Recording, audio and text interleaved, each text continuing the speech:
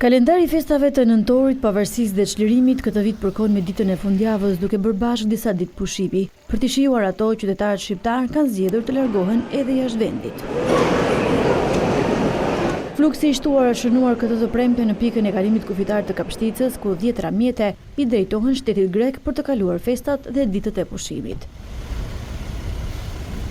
Sipas operatorëve turistik, qytetarët shqiptar kanë zgjedhur vendet e rajonit. Italia, thot Besnik Vathi, është më e preferuara për shkak se ka më shumë destinacione fluturimi direkt nga Tirana.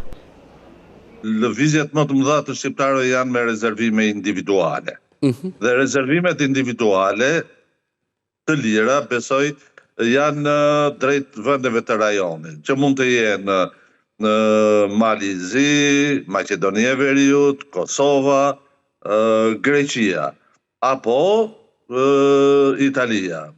Duke kaluar pastaj me fluturime, natyrshëm në vend të parë është Italia, pasi ka më shumë opsione, më shumë fluturime dhe më shumë destinacione me fluturime direkte nga Tirana, dhe më pastaj mund të fusim Stambollin apo Parisin apo Spanjën. Por gjatë ditëve festive, thot kreu i shoqatës, ka turist shqiptar edhe në Brazil, Japoni apo Dubai.